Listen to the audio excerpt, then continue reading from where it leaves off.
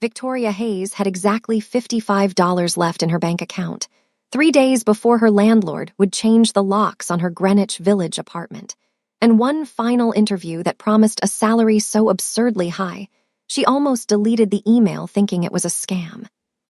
She stood in the lobby of Kang Industries Tower, her brown leather portfolio clutched against her chest like armor. The building occupied prime real estate on Manhattan's Billionaires' Row, all glass and steel reaching toward the sky like a middle finger to everyone who couldn't afford to breathe this air. Victoria had walked past buildings like this 1,000 times, never imagining she'd be standing inside one, waiting to be judged worthy of entry. Her natural curly hair was styled in a proud afro today. She'd debated straightening it, wondering if corporate America would find it too much, but then decided that if they couldn't handle her hair, they couldn't handle her. Besides, she was desperate, not defeated. There was a difference. The lobby screamed money. Old money. Dangerous money. The kind of money that didn't ask permission. Marble floors so polished she could see her reflection. Modern art installations that probably cost more than her college education. Security guards in suits nicer than anything she owned, stationed at 3 separate checkpoints between the entrance and the elevators. 3 checkpoints for an office building. Victoria approached the first one, and a guard with a face like carved granite scanned her driver's license, checked her name against a tablet, and directed her to checkpoint 2. There, another guard took her fingerprints. She almost laughed, fingerprints for a job interview, but the guard's expression suggested laughter was not welcome in this building. At checkpoint 3, they searched her bag, professional but thorough. The guard found her emergency granola bar and her phone, both of which she was allowed to keep. Her portfolio passed inspection. She was handed a visitor badge and escorted to a private elevator by a young woman in a sleek black dress who didn't smile or speak. The elevator rose silently, floors ticking by on a digital display. Victoria's ears popped. She was going to the top floor. Of course she was. The doors opened onto a space that made the lobby look humble. Floor to ceiling, windows revealed Manhattan in all its sprawling glory. The office was minimalist, but every piece of furniture cost more than her entire life savings. She could tell by the way the leather gleamed, the way the wood had that aged, expensive sheen. A crystal whiskey glass sat on a dark wood desk, half full, condensation beading on its surface. And seated in the black leather executive chair behind that desk was a man who made her breath catch in her throat. Late 20s, maybe 30. Asian features, Korean, she guessed, given the company name.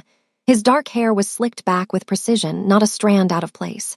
He wore a tailored dark vest over a crisp white shirt, the sleeves rolled to reveal forearms that suggested he did more than sit behind a desk. But it was his eyes that held her. Dark. Intense. They found hers and didn't let go. "Miss Hayes," his voice was smooth, controlled. "Please sit." She sat in the chair across from his desk, setting her portfolio on her lap. The leather was cold against her palms. "Thank you for the opportunity to interview, Mr. Kangmin." He didn't offer a handshake. Instead, he studied her like she was a document he was considering signing. "Your resume is impressive.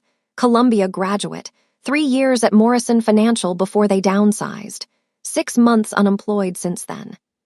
The market has been difficult." I didn't ask for an explanation. His tone wasn't harsh exactly, just final. "Tell me about your family." Victoria blinked. "My family." "Your parents, siblings, where you grew up."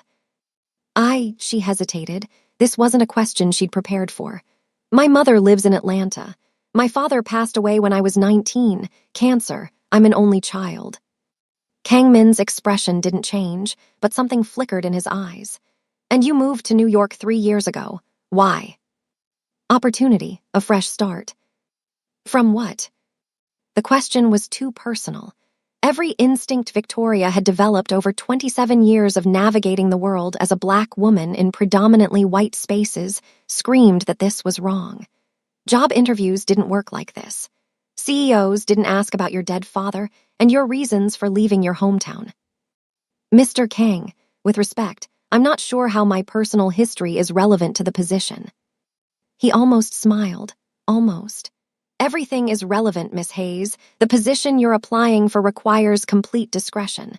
I need to know who you are, who might come looking for you, who might miss you if you were unavailable for extended periods. The way he said unavailable made her skin prickle. I live alone, she said carefully. I'm not currently in a relationship. I don't have many close friends in the city. I call my mother every Sunday, but she's not the type to panic if I miss a call. She wasn't sure why she was answering honestly. Maybe because lying seemed pointless when his eyes suggested he already knew the answers. Kang-min nodded slowly. Good. Good. What kind of job interview was this? The position pays $300,000 annually, he continued. Full benefits. A housing allowance sufficient to cover an apartment in any neighborhood of your choosing. In exchange, I require absolute discretion and total availability. Victoria's heart hammered. $300,000. That was more money than she'd made in her entire working life combined. It would solve everything. Her rent, her debt, her mother's medical bills that Victoria secretly helped pay. What exactly would my duties be? She asked, adding how small her voice sounded. Standard executive assistant responsibilities, managing my schedule, organizing correspondence, accompanying me to meetings and events. Nothing you couldn't find in any job description. He paused. But my business requires privacy. You would be expected to observe and never discuss, to see and never acknowledge. Can you do that? Every instinct screamed at her to run. The excessive security, the too personal questions, the salary that didn't match the job description.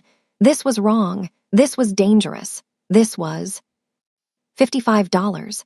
3 days until she was homeless. Yes, Victoria said. I can do that. Kang-min slid a thick document across the desk.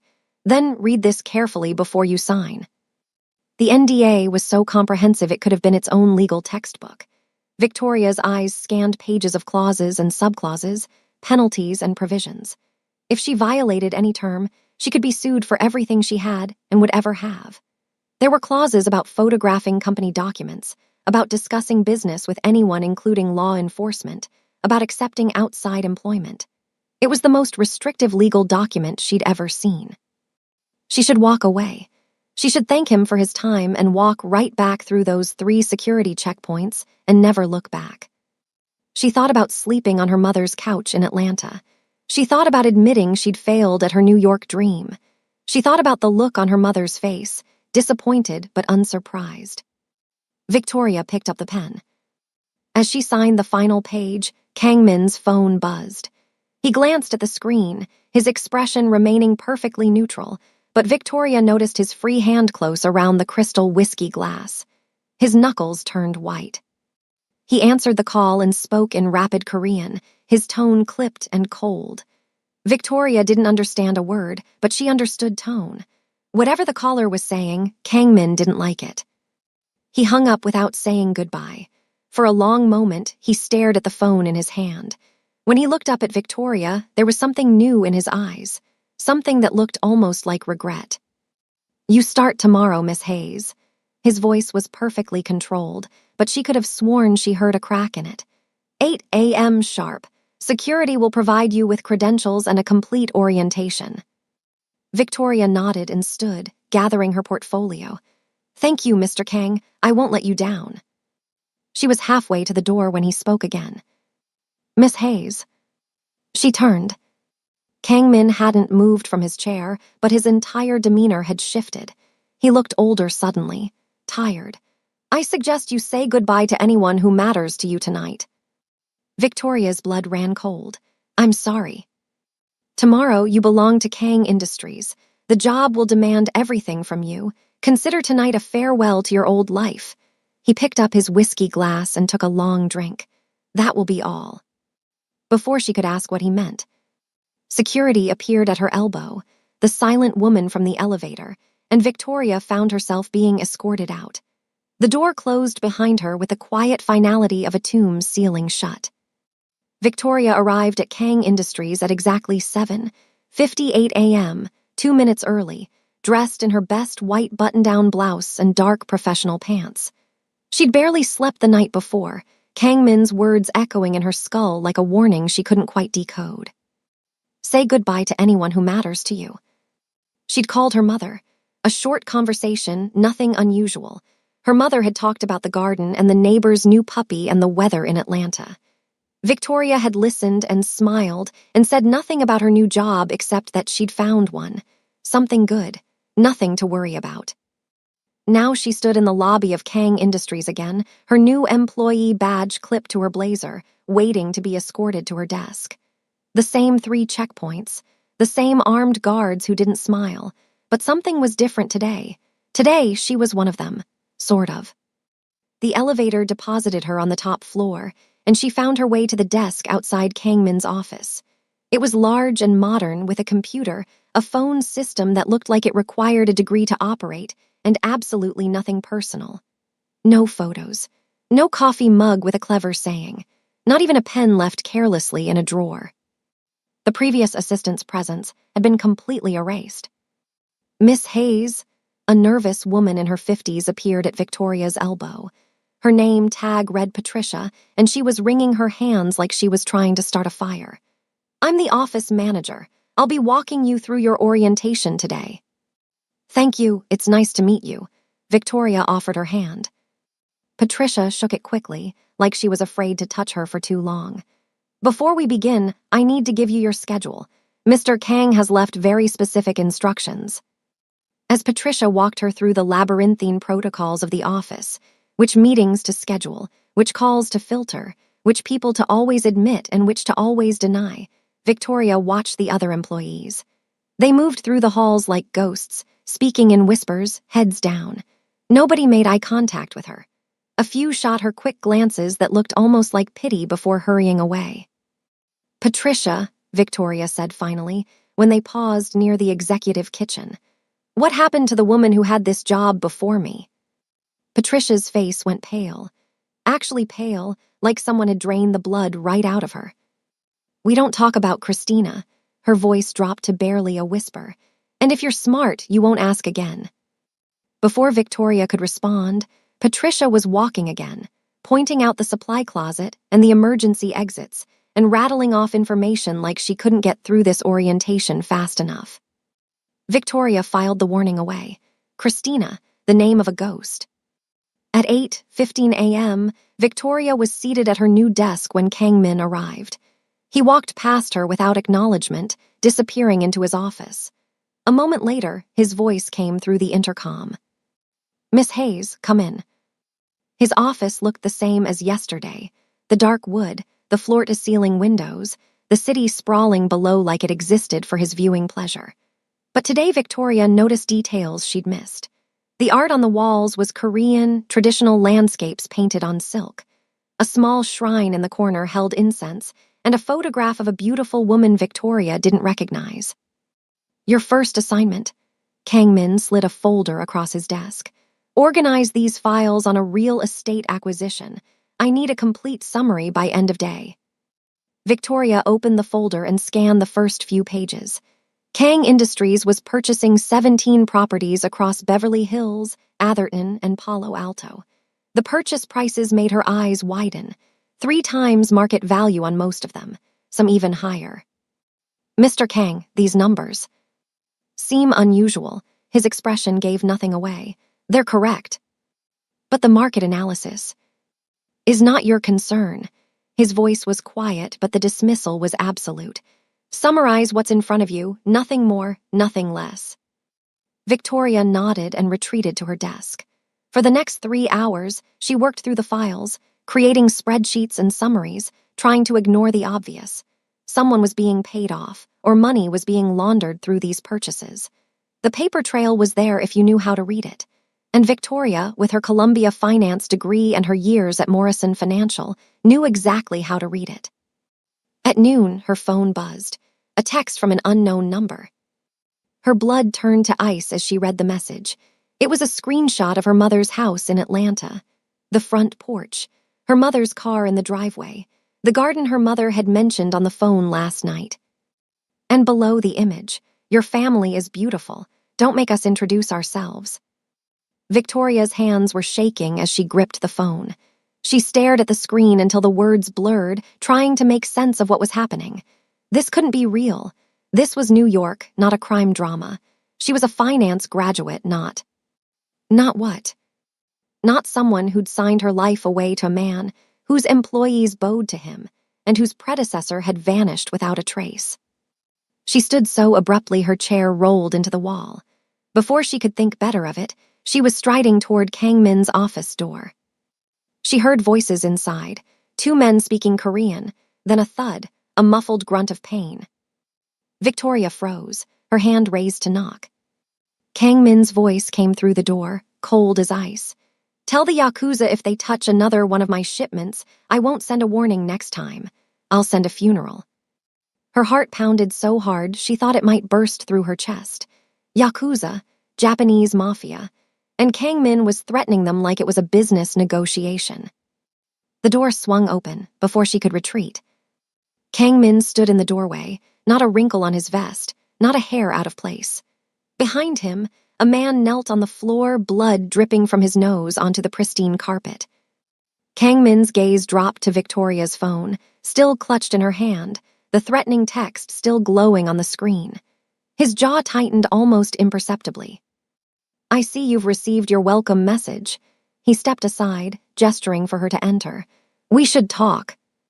Kang Min didn't apologize. He didn't explain, not at first. Instead, he walked to a cabinet built into the wall, poured 2 glasses of whiskey, and slid one across his desk toward Victoria like they were about to negotiate a business deal. Which, she realized with growing horror, was exactly what this was. "I don't drink during work hours," she said. "Today you make an exception." She didn't touch the glass. "What is this? What's really happening here?" The man on the floor had been escorted out by 2 guards who appeared from nowhere, leaving nothing behind but a small blood stain on the carpet that someone would probably make disappear before the end of the day. Victoria couldn't stop staring at the spot. Kang Min sat behind his desk and took a long drink of his whiskey before speaking. "Kang Industries is a legitimate business. Real estate, private equity, hedge fund management. We handle billions of dollars annually and employ thousands of people." "That's not what I asked." "No, it isn't." He set his glass down. "Kang Industries is also the public face of the Kang Syndicate. My family has operated one of the most powerful Korean criminal organizations on American soil for 3 generations. Money laundering, protection, import and export of goods that never appear on any customs declaration. All of it funneled through shell companies and offshore accounts that no federal investigation has ever successfully traced." Victoria heard the words, but they didn't compute. This couldn't be real. She was sitting in a Manhattan office in the middle of a weekday, and this man was calmly telling her, "You're in the Mafia." "We don't call it that, but yes." "And I'm what? Your secretary." "My assistant." His tone didn't change. "You will organize my calendar, manage my correspondence, and accompany me to meetings. You will not participate in any illegal activity. You will not witness anything that could be used against me in court. You are completely insulated." Then why the threat? Why send someone to photograph my mother's house? Kang Min leaned back in his chair. "Standard protocol. Everyone who enters the inner circle receives the same welcome. It ensures compliance." "Compliance," Victoria laughed, but there was no humor in it. "You kidnapped my life, you're threatening my mother, and you're calling it compliance." "I'm calling it reality, Miss Hayes. You signed the NDA. You know too much now to simply walk away." "The text wasn't my choice. It's procedure established long before I took control of the organization. But now that it's done, let me be clear about your situation." He stood and walked to the window, his back to her. Manhattan sprawled below him, indifferent to the drama unfolding in this glass tower. "You chose to apply for this position," he continued. "Your resume was flagged 6 months ago. Your financial situation was monitored. When you became desperate enough, the job posting appeared in your inbox. You weren't kidnapped. You were selected." Victoria felt sick. "Why me?" "Because you're perfect." He turned to face her. "Orphaned at 19 when your father died. Your mother remarried a man you dislike. No siblings. No serious relationship since your ex-boyfriend left you for your former best friend 2 years ago. You're isolated, Miss Hayes, desperate, and that makes you valuable." Hearing her life summarized so coldly, every loss, every failure, every loneliness laid bare, made Victoria want to scream, or cry, or both. Instead, she did something she would never be able to fully explain. She picked up the whiskey glass from the desk and threw it in his face. For 3 terrifying seconds, nobody in that office breathed. Whiskey dripped down Kang Min's cheek onto his pristine white shirt, darkening the fabric. His expression didn't change, not at first. Then something shifted. Surprise. And then, impossibly, respect. He pulled a handkerchief from his pocket and wiped his face calmly. "You're the first person to do that in 5 years and live. Are you going to kill me?" "No," he set the handkerchief aside. "I'm going to offer you something. I don't want anything from you. You want your mother safe. You want your debts paid. You want to survive this." He sat on the edge of his desk, closer to her now. "I can give you all of that. Protection for your mother, real protection, not just threats. Your student loans erased. A salary that will make you wealthy. All you have to do is play the role you signed up for. Nothing more, nothing illegal. And if I say no?" His eyes darkened. "Then you become a liability, and the organization doesn't tolerate liabilities." Victoria understood what he wasn't saying. Walk away and she'd end up like Christina. A name no one spoke, a memory erased. "This isn't a choice," she said. "Every choice has constraints, Miss Hayes. The question is whether you're smart enough to work within them." She should fight this. She should find a way out, contact the authorities, run to another state. But the bleeding man on the floor flashed through her mind. The text with her mother's house. The way the employees bowed like Kang Min was their king. "Fine," she said. "I'll stay, but I want something else." "Name it." "The truth. When something affects me directly, I want to know. No more surprises." Kang Min studied her for a long moment. Then he nodded. "Agreed, but the same applies to you. No secrets. No hidden agendas. If you betray me, Miss Hayes, there won't be a second chance." "Understood." He extended his hand. Victoria looked at it, the hand of a criminal, a mafia boss, a man who threatened families and ordered violence, but also her only lifeline. She shook it.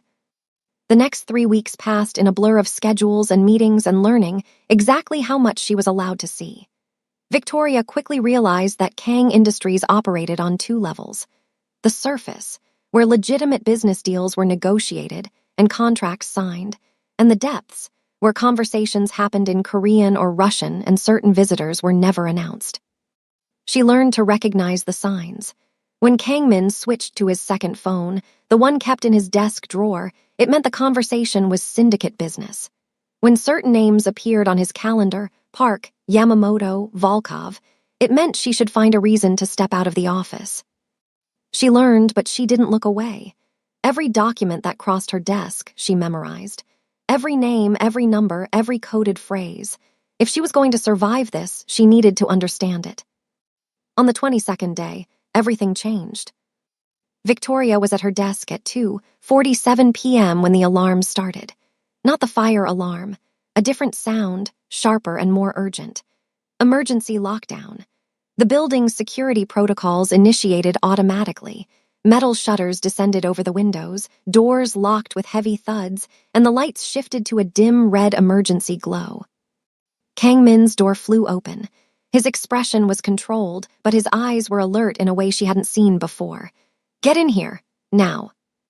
She obeyed without question. His office was already transformed. He'd pulled open a panel in the wall to reveal a rack of weapons, and he was strapping something to his belt. "Under the desk," he ordered. "Don't make a sound. Whatever you hear, whatever you see, don't move." "What's happening?" "The people I warned 3 weeks ago didn't listen." He checked something on his phone, jaw tightening at what he saw. "They're early." Before she could ask anything else, he pushed her toward the desk. Victoria crouched in the space designed for a chair, pulling her knees to her chest.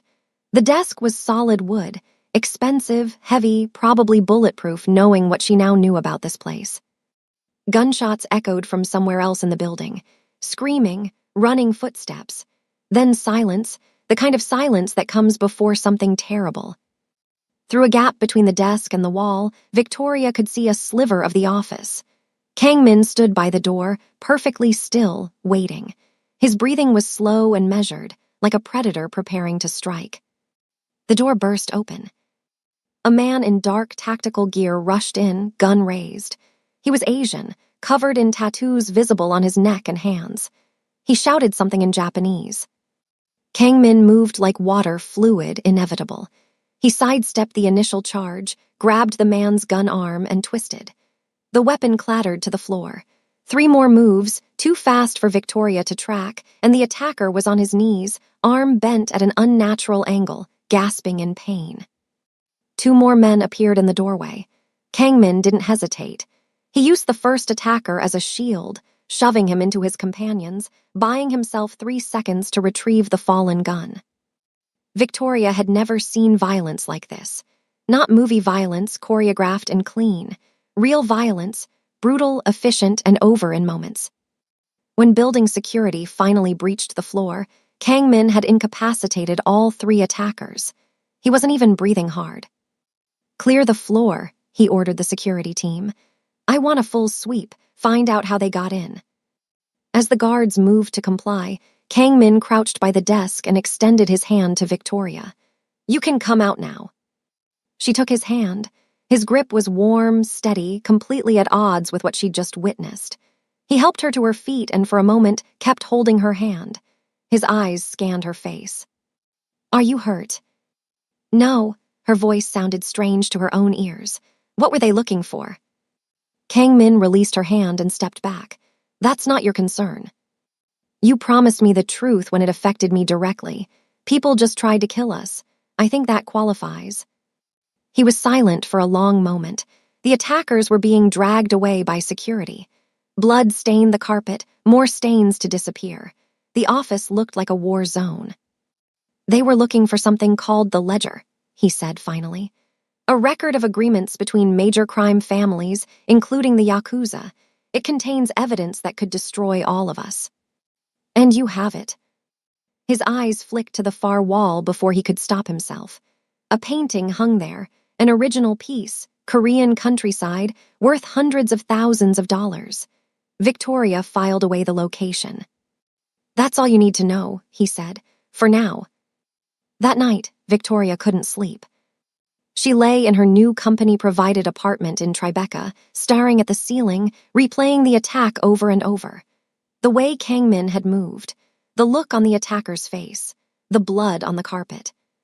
But mostly, she thought about the moment after, when Kang Min had checked if she was hurt, when he'd held her hand and looked at her like she mattered. Nobody had looked at her like that since her father died, like she was someone worth protecting. Her phone rang. Unknown number. She should ignore it. She absolutely should not answer. She answered. A woman's voice, speaking English with a Korean accent. "Miss Hayes, we haven't met, but I know everything about you. I know about your mother in Atlanta. I know about the interview. I know about the ledger you're trying to find." Victoria's blood ran cold. "Who is this?" "My name is Una Park. I'm the woman Kang Min was supposed to marry before he called off the engagement." A pause. "And I'm calling to warn you." "Warn me about what?" "You think you're safe because you're useful to him. Christina thought the same thing. She found the ledger, tried to use it as leverage. And where is she now?" Victoria gripped the phone tighter. "The Hudson River, that's what everyone says." "Then you understand what happens to women who get too close to Kang Min's secrets." Yuna's voice softened, almost sympathetic. "Get out now, Miss Hayes, while you still can. Because if you don't, you'll end up exactly like Christina, dead and forgotten." The line went dead.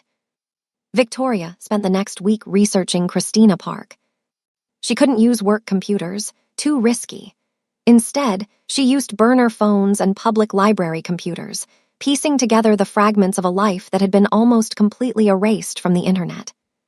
Christina Park, 29 years old, Columbia graduate like Victoria, hired as Kang Min's assistant 14 months ago. For the first 5 months, she'd maintained a modest social media presence, photos of coffee shops, sunset views from her Tribeca apartment, company provided just like Victoria's, the occasional blurry shot of a work event that was clearly a high-end gala. Then the posts stopped.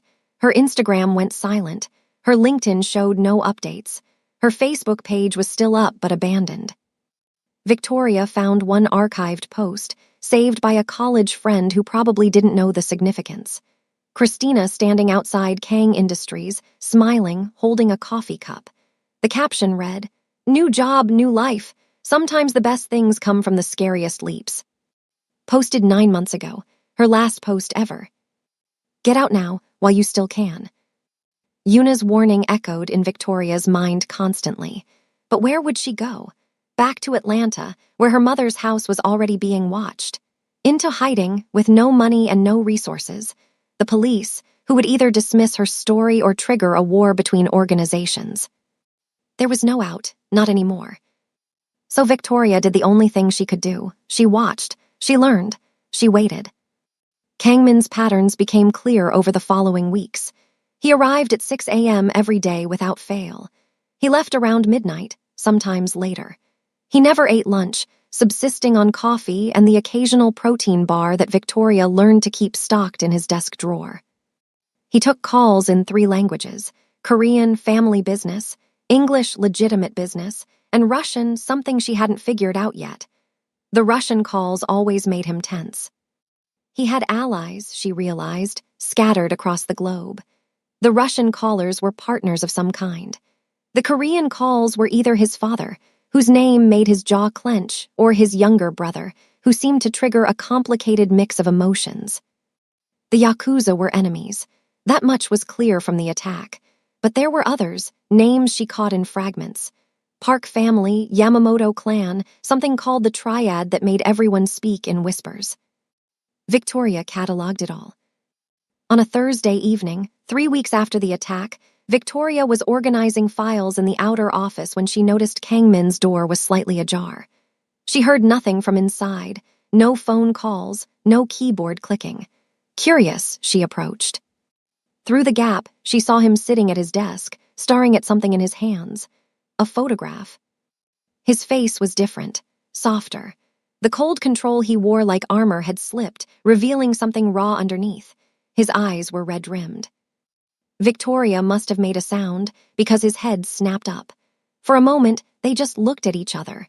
Then he slipped the photograph into his desk drawer and his mask returned. "Miss Hayes, did you need something?" The files are done. I was going to head home unless you needed anything else." "Wait," he stood, walking toward her. "Come in, close the door." She obeyed, suddenly nervous. In the weeks she'd worked for him, their interactions had been purely professional, polite but distant. This felt different. Kangmin went to the window and looked out at the city lights. "You have questions. I can see them every time you look at me." "I have a lot of questions." "Ask one." Victoria considered. So many things she wanted to know. The ledger, Christina, Yuna, the attack, but what came out was the photograph, who was in it. He was silent for so long she thought he wouldn't answer. Then, "My mother and me, before everything." Before everything. Before my father became what he is. Before I understood what our family name really meant. Before, he stopped. Before I lost her. Victoria moved closer, drawn by the pain in his voice. "What happened to her?" "She tried to leave. My father doesn't allow people to leave." His voice was flat, but his hands had curled into fists. "I was 11 years old. I watched his men take her away. I never saw her again." "I'm sorry." "Don't be. It was a long time ago." But the way he said it, the distance in his eyes, told Victoria it might as well have been yesterday. She should leave. This was too personal, too dangerous. But instead, she found herself saying, "My father died of cancer when I was 19. I was holding his hand when it happened. He looked at me and said, 'Don't be afraid, baby girl. I'll be watching over you.' And then he was gone."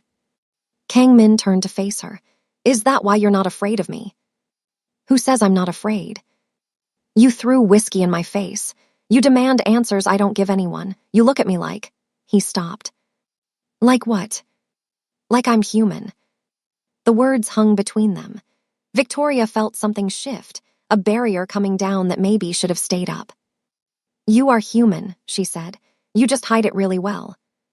They talked until 2 a.m. Not about the syndicate. Not about the ledger. They talked about food. She loved Southern cooking. He missed the Korean dishes his mother used to make. They talked about music. She was a jazz fan. He preferred classical. They talked about loneliness, the particular kind that comes from being surrounded by people who only want things from you. Victoria laughed for the first time in weeks. Kang Min smiled, really smiled, and his whole face transformed.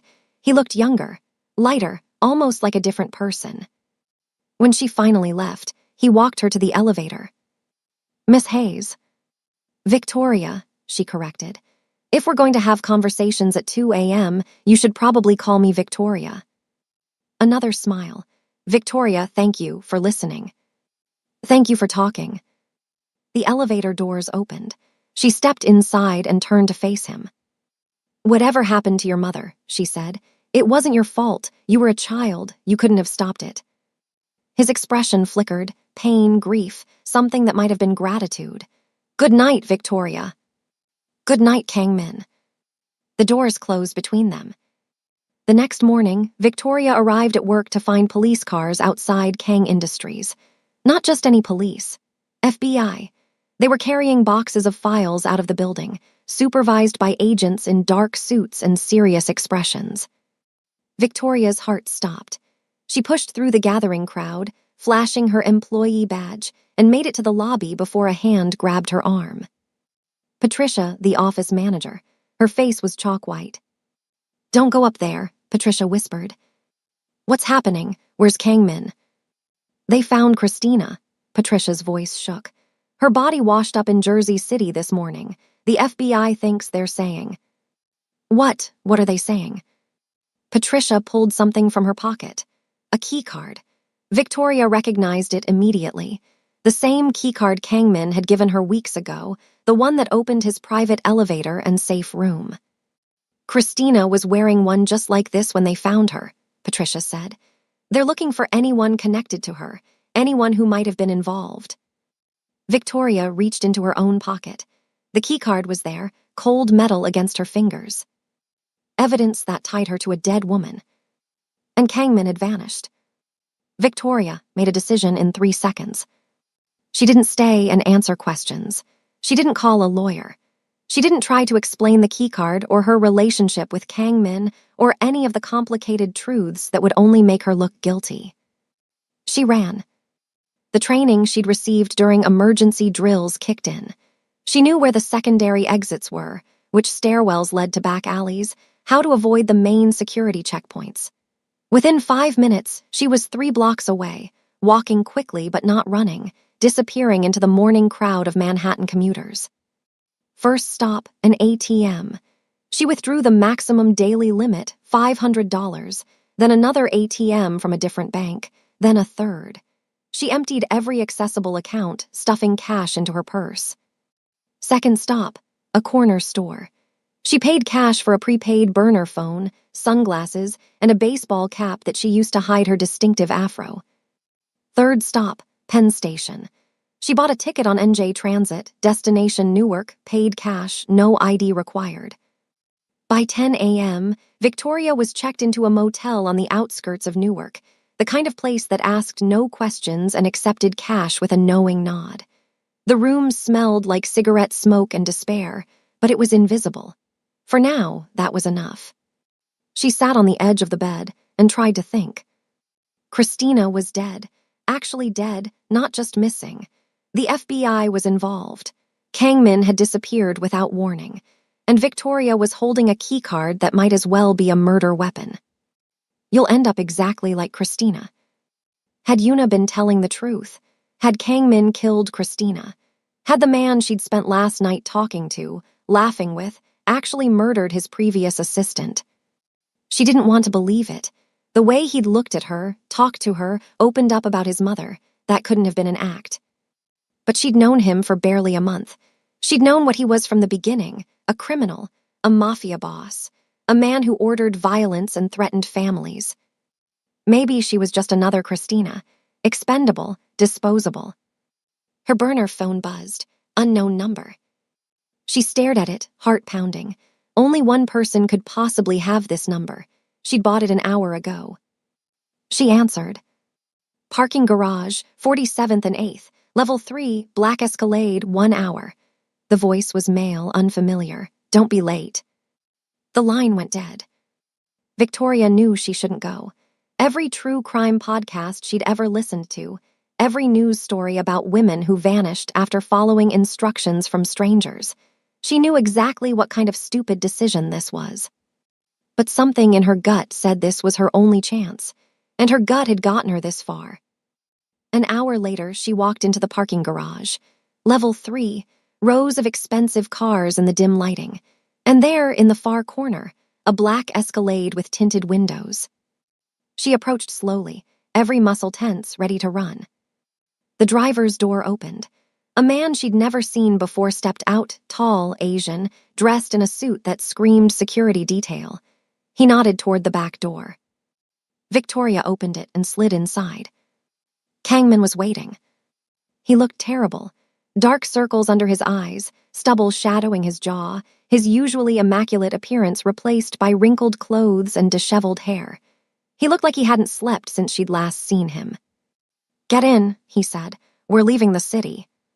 Why should I trust you? Victoria demanded. Christina is dead.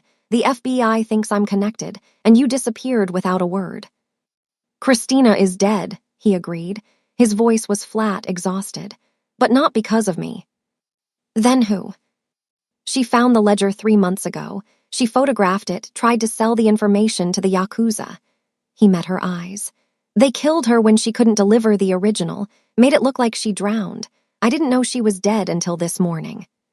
You expect me to believe that? I expect you to consider the alternative. He leaned forward. If I wanted you dead, Victoria, I've had 100 opportunities. I gave you the keycard to my safe room. I told you about my mother. Last night. He stopped. Last night what? Last night was real. His voice cracked slightly. For the first time in years, something in my life was real. I'm not going to let you die for it. Victoria studied him, the exhaustion, the desperation, the way his hands were clenched in his lap. She'd seen him take down 3 armed men without breaking a sweat. Now he looked like a strong wind could knock him over. Where are we going? She asked. Anywhere but here. She should get out of the car, find another way. Trust no one, like every survival instinct was screaming. Instead, she pulled the door closed. Then drive. They drove through the night. New Jersey gave way to Pennsylvania. Kangman had safe houses, apparently, properties owned through shell companies, maintained but never occupied, existing for exactly this kind of emergency. They stopped at one outside Pittsburgh, a modest farmhouse on 10 acres of nothing.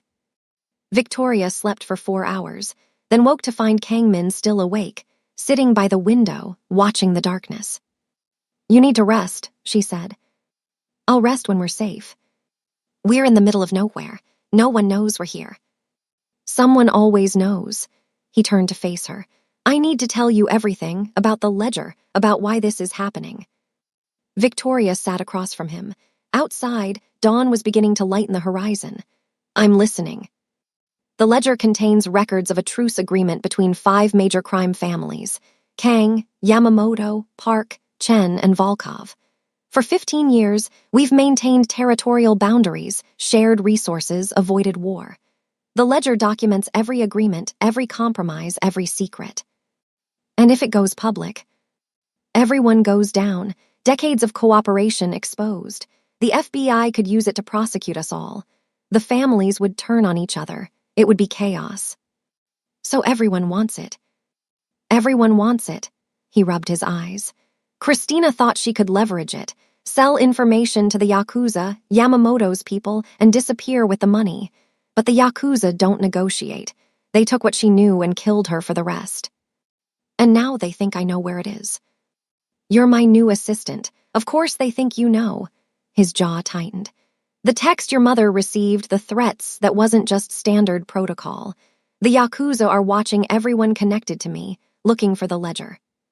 The mention of her mother sent a spike of fear through Victoria's chest. My mother, is she safe? Kangman was quiet for a moment too long. Kangman, is my mother safe? His phone buzzed. He looked at the screen and his face went pale. No, he said. They have her. The video arrived an hour later.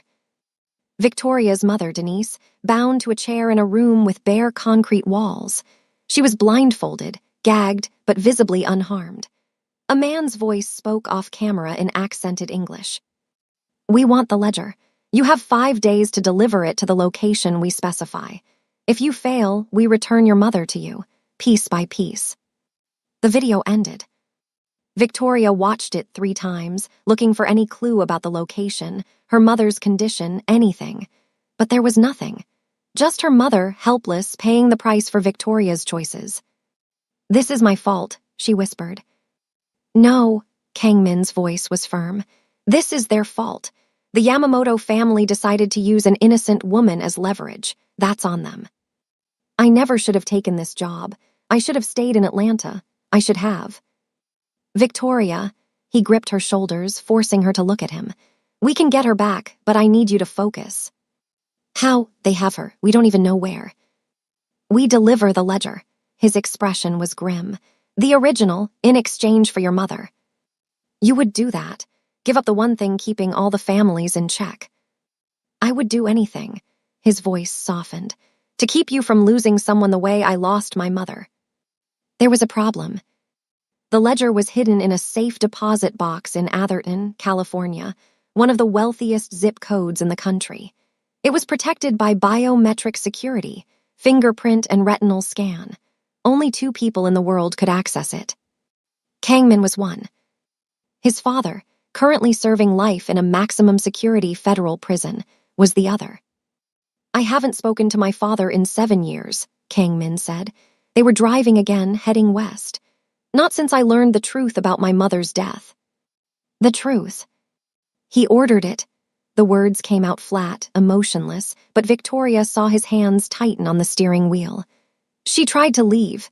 She had help, a friend, another woman who was supposed to get her out. But my father found out. He had my mother killed and the friend hunted down. Did they find the friend? No, she disappeared, took her daughter and vanished. He glanced at Victoria. I've been looking for her ever since. My mother made me promise before she died to find Grace and her child, to protect them like she couldn't. Victoria felt something cold settle in her stomach. Grace. Grace Hayes, that was her name. He seemed lost in memory. My mother's best friend, the only person who ever tried to help her escape. The name hit Victoria like a physical blow. Grace Hayes. Her mother's name before she remarried, before they moved to Atlanta, before they became someone else. Pull over, Victoria said. What? Pull over, now. On the side of a dark highway in the middle of Pennsylvania, Victoria finally understood why her life had intersected with Kang Min's. My mother's maiden name was Grace Hayes, she said. Before she married my father, my adoptive father, the one who raised me, she was Grace. She never talked about her life before Atlanta. Never showed me photos from before I was 10. Kang Min stared at her. That's not possible. She has a scar on her shoulder. She told me it was from a car accident, but I saw it once when she was changing. It looked like a knife wound. His voice was barely audible. My mother's friend was injured during the escape attempt. My father's men caught up to them. Grace was stabbed protecting her daughter. Protecting me. They looked at each other in the dim light of the dashboard. 20 years of secrets, 20 years of running, and now, impossibly, their paths had converged. You didn't hire me because I was desperate, Victoria said slowly. You hired me because you've been looking for me my whole life. I didn't know, Kang Min's voice cracked. I swear to you, Victoria, I didn't know until right now. The background check, the surveillance, I thought you were just a good candidate. I never connected. But your father knew. Silence. He's known for years, Victoria continued, piecing it together. He's been watching my mother, waiting for the right moment, and when you hired me, he saw his chance. To use you against me. To finish what he started 20 years ago. They sat in silence, the weight of the revelation settling over them. Victoria thought about her mother, bound in that concrete room. Her mother, who had risked everything to save the woman she loved. who had spent 2 decades hiding, protecting, lying, all to keep Victoria safe. And now she was a prisoner of the same monster she'd been running from. "We're going to California," Victoria said. Her voice was steady now, resolved. "We're going to see your father, and we're going to get that ledger." "You don't have to come." "That's my mother, Kangmin. I'm not staying behind." He looked at her, really looked at her, and something in his expression shifted. Respect, gratitude, something more that neither of them was ready to name. Together, then. Together. The federal penitentiary rose out of the California desert like a concrete tomb. High walls topped with razor wire, guard towers at every corner. The kind of place designed to hold the worst of the worst, the men so dangerous that society had decided to simply remove them from existence. Kang Junho had been here for 7 years. In that time, his power hadn't diminished. If anything, it had grown. He ran his empire from this cell, communicating through lawyers and visitors and a network of corrupted guards. Every warden who'd tried to break him had been transferred, fired, or quietly convinced to look the other way. Victoria sat in the prison's visitor waiting room, watching Kangmin fill out paperwork. His hands were steady, but she could see the tension in his shoulders, the way his jaw was clenched tight. "You don't have to go in," she said. "I can wait here." "I need to be the one to ask. He won't give up the key otherwise." "What if he says no?" Kangmin didn't answer, which was answer enough. She watched through reinforced glass as father and son faced each other for the first time in 7 years. Junho was older now, gray at the temples, lines carved into his face by time and imprisonment. But his eyes were exactly like his son's, dark, calculating, missing nothing. The difference was that Kangmin's eyes had cracks of humanity in them. His father's were pure ice. They spoke in Korean at first. Victoria couldn't understand the words, but she could read the body language. Junho was amused, relaxed, enjoying his son's discomfort. Kangmin was rigid, controlled, every word measured. Then Junho's eyes flicked toward the glass, toward Victoria. He smiled. The guard brought Victoria into the visiting room. She sat across from Junho, separated by a table bolted to the floor, and met his gaze without flinching. "So you're Grace's daughter." His English was accented but perfect. "I've been waiting a long time to meet you." "Wish I could say the same." Junho laughed, a genuine, delighted sound that made Victoria's skin crawl. "Fire, just like your mother. She had fire too, you know, right up until the end." "My mother is alive." "For now." His smile didn't waver. "But that depends on my son, doesn't it? And on what he's willing to give me in exchange for the key." Kangmin spoke, his voice flat. "Name your price." "My price," Junho pretended to consider. "Full access to your legitimate businesses, the real estate portfolio, the hedge funds, everything you've built trying to go straight." That's not what you expected." Junho leaned forward. "You thought you could walk away from the family, build something clean, become something other than my son. But here you are, crawling back, begging for help, because in the end, blood is blood." "I'm nothing like you." "You're exactly like me, you just haven't admitted it yet." Junho's eyes slid to Victoria again. "Ask him about the photograph, the one he carries in his wallet. Ask him why he really hired you." Victoria looked at Kangmin. His face had gone pale. "What photograph?" "He didn't tell you?" Junho's smile widened. "My son has been carrying a picture of you since he was 12 years old. His dying mother gave it to him, a photo of Grace and her baby, taken the day before the escape attempt. He's been looking for you ever since, not because he cared about his mother's wishes, because he was obsessed." "That's not true," Kangmin said, but his voice lacked conviction. "Isn't it? You screened every assistant application for years, looking for women who fit the profile. When Victoria's resume crossed your desk, Columbia graduate, isolated, desperate, you knew immediately. You engineered everything. The job posting that appeared in her inbox, the financial pressure that made her apply. You've been manipulating her from the beginning." Victoria felt the ground shift beneath her. "Kangmin." He couldn't meet her eyes. "He doesn't love you," Junho continued, almost gentle now. He loves the idea of you, the promise he made to his mother. You're not a person to him, you're a mission. Stop, Kangmin's voice was raw. Just stop. The key. Junho leaned back in his chair, satisfied with the damage he'd done. I'll give it to you, but not for the businesses. I want something else. What? A favor, unnamed, unlimited, to be collected whenever I choose. His eyes glittered. Do we have a deal? Victoria watched Kangmin struggle. She saw the calculations running behind his eyes, the risk, the cost, the chains this would wrap around him. A favor from Junho could mean anything. Murder, betrayal, a lifetime of servitude. Yes, Kangmin said, we have a deal. They retrieved the key from a guard Junho had in his pocket, literally handed over in exchange for nothing more than a nod from the old man.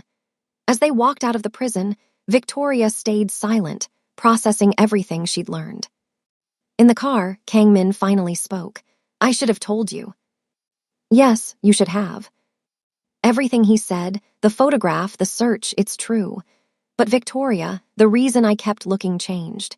It stopped being about my mother's promise years ago. Then what was it about? He pulled out his wallet and removed a worn photograph. A young woman with natural curly hair holding a baby girl. Grace Hayes, 20 years younger with hope still in her eyes. This was all I had of my mother's best friend, Kangmin said. The only person who ever tried to save her. I looked at this picture every day for 15 years, and somewhere along the way I stopped seeing the mission. I started seeing you. Victoria took the photograph, looked at her infant self, cradled in her mother's arms.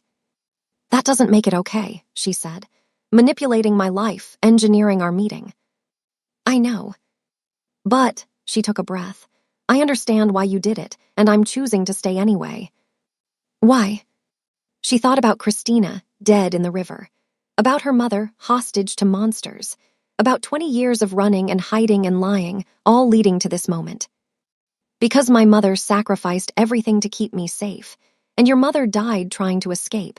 They both deserve better than for us to fall apart now. She handed back the photograph. Keep this. Remember what we're fighting for. Kangmin nodded, and something passed between them. Not forgiveness, not yet, but the beginning of something. Understanding, maybe, or trust slowly rebuilding. Atherton, he said, let's get the ledger. The safe deposit box was in a private bank that catered to Silicon Valley billionaires and old California money. The kind of place where security was invisible but absolute, where fortunes were protected by layers of technology and discretion. Kangmin used both keys, his and his father's, along with the biometric scans. The vault door opened onto a small room containing a single metal box. The ledger was smaller than Victoria expected, a leather-bound journal, old and worn. Filled with handwritten records in multiple languages, Kangmin flipped through the pages, his expression grim. Names, dates, amounts, territorial agreements, witness statements. He closed the book. This is everything, enough to destroy every major crime family operating in the United States. Then let's trade it for my mother and end this. It's not that simple. He met her eyes. If we hand this over to the Yakuza, they don't just walk away. They use it as leverage. They become the only ones with power, and everyone else scrambles to take them down. War breaks out. Innocent people die. So what do we do? Before he could answer, a shadow moved in the vault doorway. Victoria spun to find a woman standing there, beautiful, elegant, with sharp features and cold eyes. She wore a designer suit and a smile that didn't reach her face. Behind her, 4 men with guns. Hello, Min, the woman said.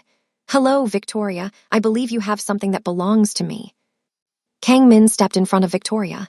Yuna Park, the ex-fiancé, the voice on the phone who had warned Victoria to run. I tried to warn you, Yuna said to Victoria, but you didn't listen, and now here we are. The ledger isn't yours, Kangmin said. It's not yours either. It belongs to the families, all of them. She held out her hand. Give it to me, and I'll return Victoria's mother unharmed. You have my word. Your word means nothing.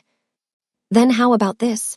Give me the ledger or I have my men start shooting, starting with her. She nodded toward Victoria.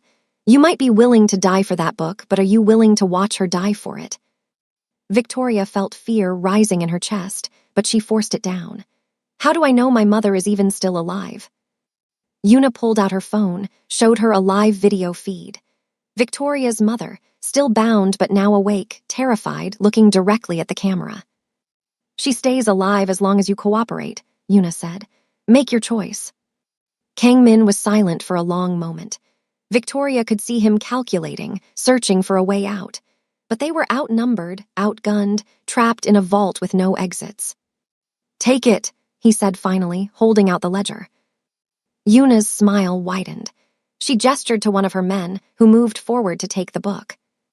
But as he reached for it, Kang Min moved, faster than Victoria had ever seen him move.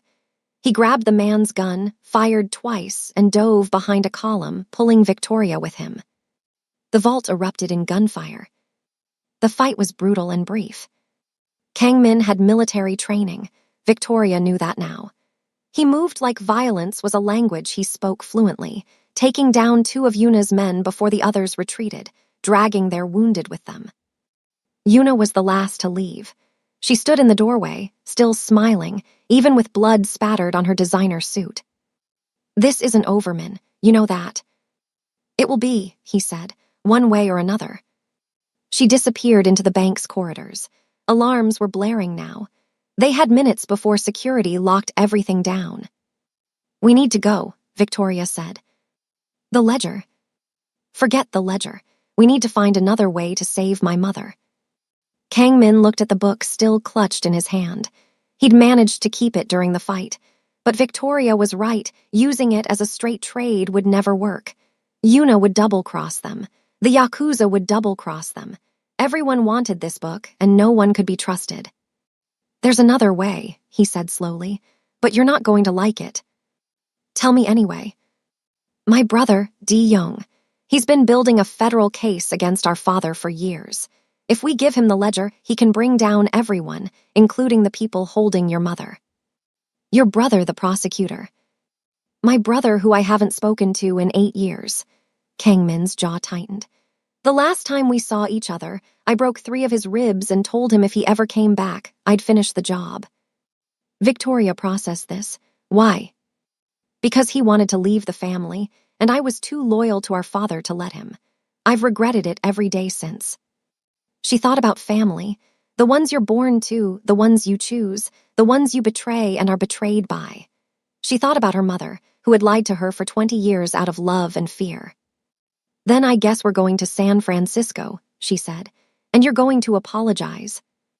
They drove north through the night, stopping only for gas and coffee. Victoria called her mother's number from a burner phone, just to hear her voicemail, to remind herself what she was fighting for. Tell me about Una, she said as the miles disappeared behind them.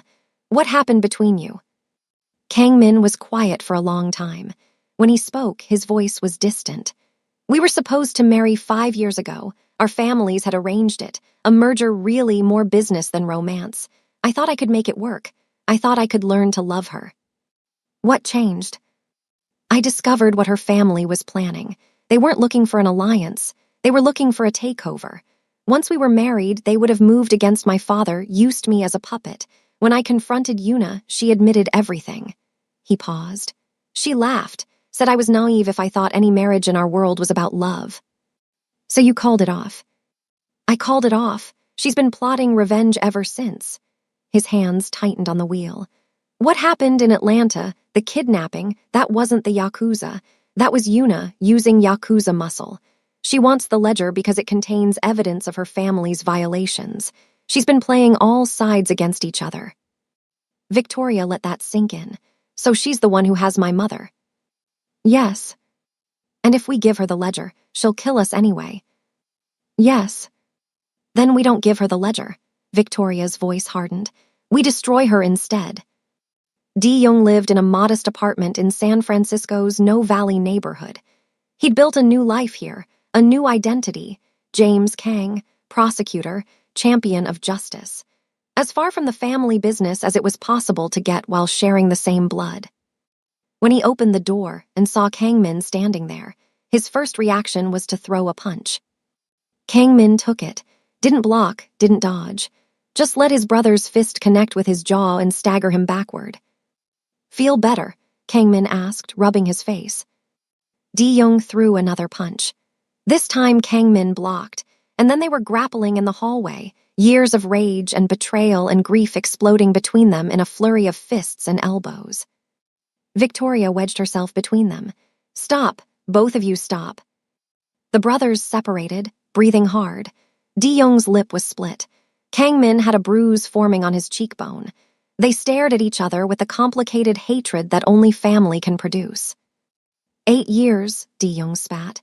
8 years of silence. You broke my ribs. You told me you'd kill me if I ever came back. And now you show up at my door like nothing happened. I was wrong. Kang Min's voice was raw. About everything, about father, about the family, about you. You think an apology fixes anything. No, but I'm not here to apologize. Kang Min pulled the ledger from his jacket. I'm here because I need your help. Di-young's eyes widened as he recognized the book. Is that everything? Every agreement, every payment, every secret. Enough to bring down 5 families, including ours. For a long moment, Di-young didn't move. Victoria could see the war playing out on his face. The prosecutor who had dedicated his life to building cases against organized crime versus the brother who had been brutalized and cast out. Finally, he stepped aside. Get in here before someone sees you. Inside the apartment, Di-young examined the ledger page by page, his expression shifting from disbelief to grim satisfaction. Victoria watched him work, seeing echoes of Kang Min in his features, the same sharp jaw, the same intense focus. This is real, Di-young said finally. This is everything I've been trying to find for years. Then you can use it, Victoria said, to bring down the people who have my mother. Di-young looked at her properly for the first time. Who are you? Victoria Hayes.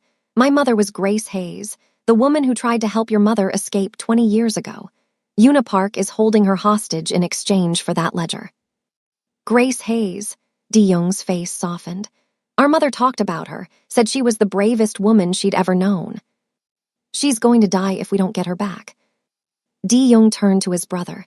You want me to help you, after everything? I want you to help her. Kang Min gestured to Victoria. She's innocent in all this. Her mother is innocent. They don't deserve to suffer because of our family's sins. The brothers stared at each other across a gulf of pain and history. Victoria held her breath. I have contacts in the FBI. Di-young said slowly. Agents who aren't on anyone's payroll. If we move fast, we might be able to coordinate a rescue before Yuna realizes we're coming. What about the ledger? We use it as bait. Make Yuna think she's getting what she wants, then spring the trap. Di-young almost smiled, a bitter, determined expression. I've been waiting my whole life to take these people down, including our father. Father isn't part of this, Kang Min said. He's already in prison. Father orchestrated this. Di-young's voice hardened. You think it's coincidence that Yuna made her move right after you visited him? He gave her the timeline. Probably gave her the location of the safe deposit box, too. Why would he do that? Because he wants the ledger in play. He wants chaos. If the families go to war, he can leverage his way out of prison, offer to broker peace, trade testimony for freedom. Di-young shook his head. You still don't see it, do you? Everything he does is calculated. Every move is part of a larger game.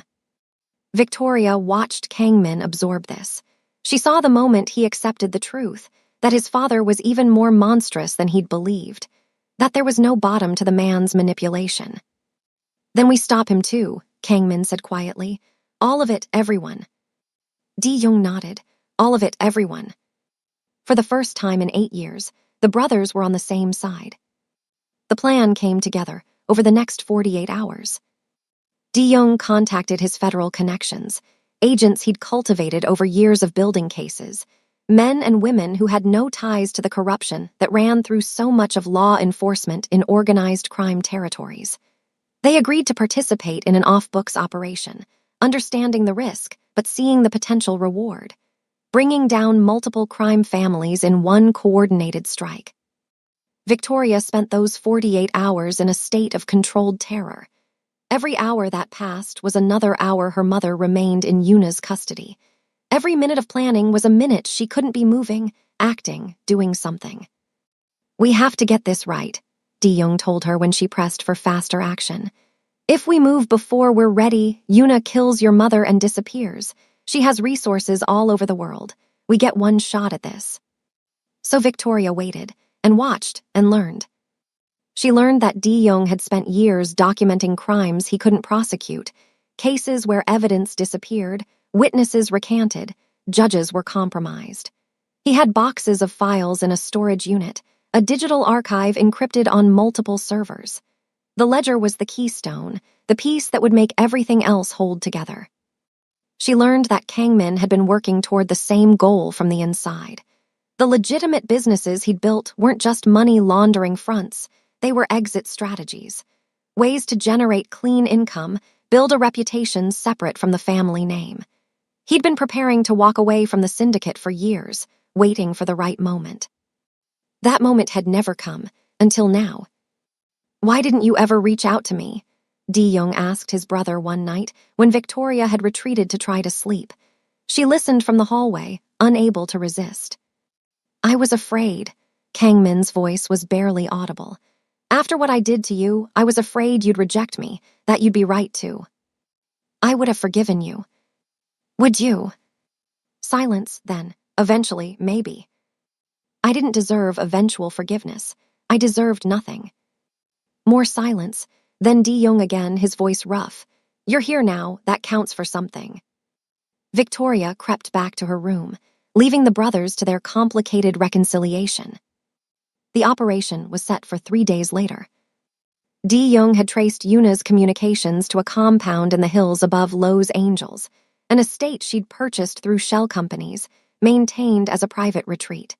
Satellite imagery showed high walls, security patrols, and a main house with multiple outbuildings.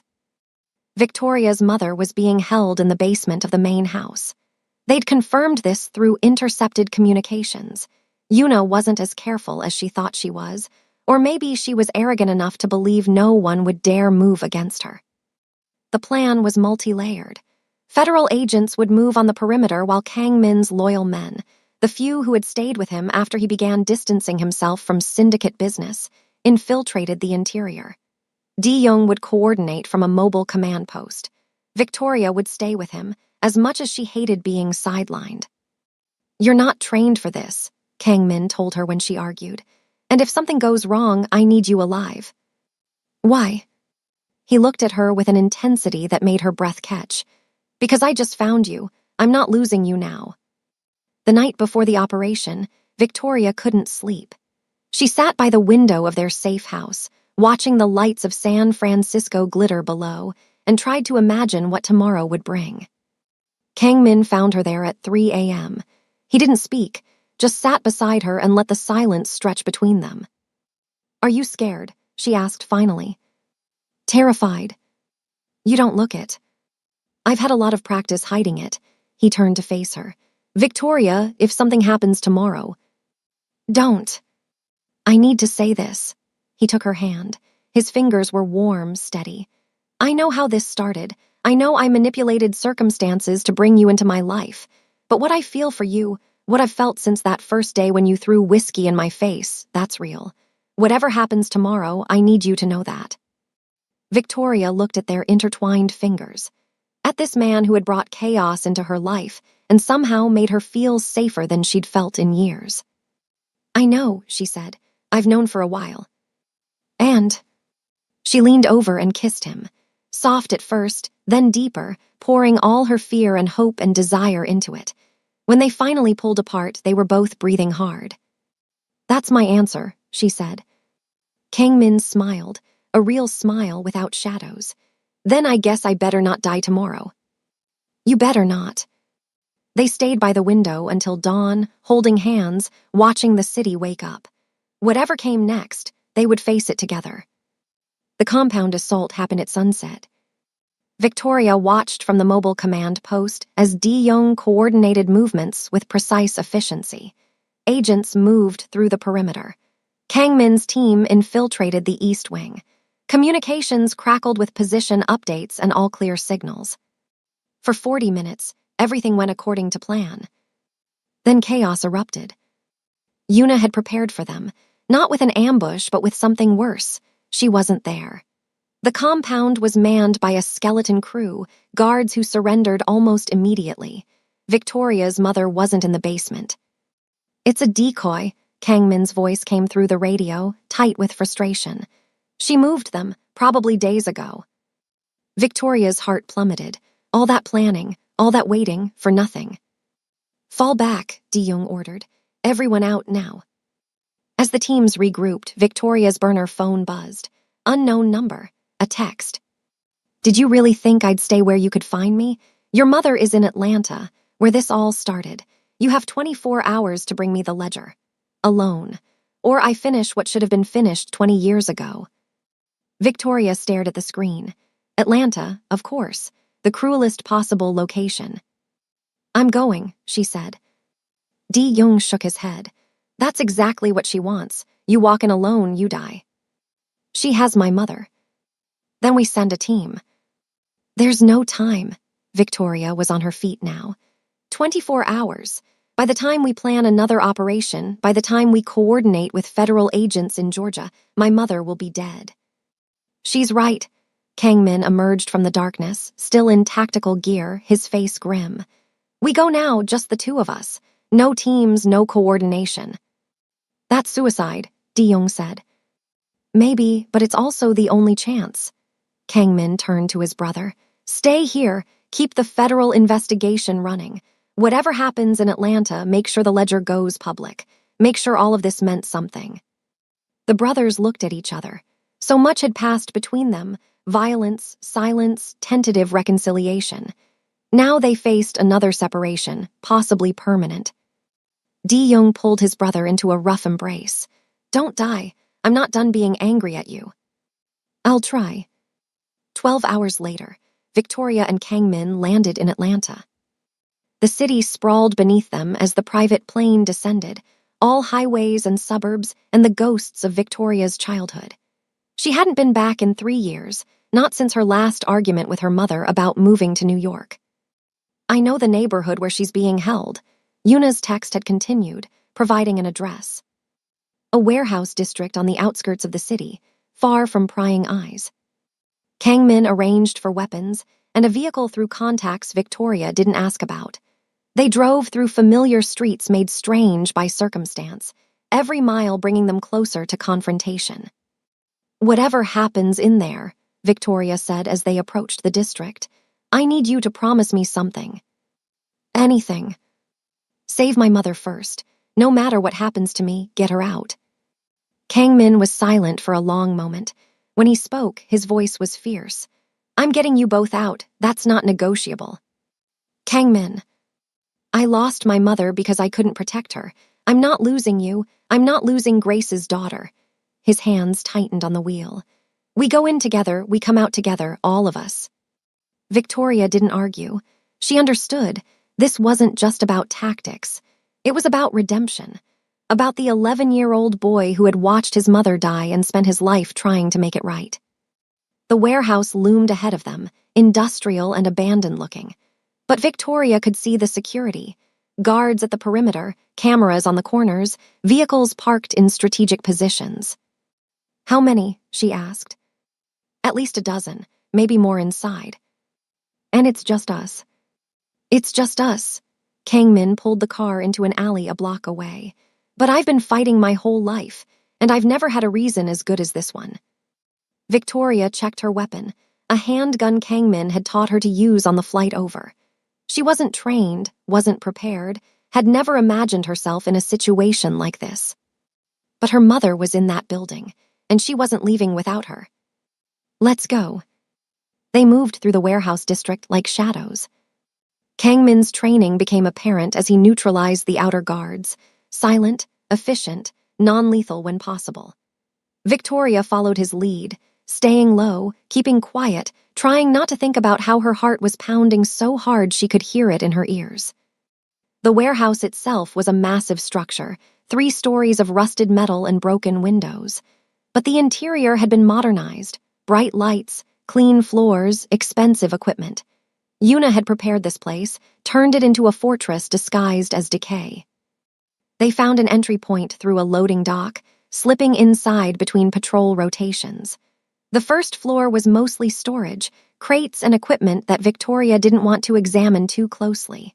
The second floor held offices, all empty. The third floor was where they found her. Victoria's mother, Denise, was bound to a chair in the center of a large open room. She looked older than Victoria remembered, exhausted, a bruise on her cheek, but alive, definitely alive.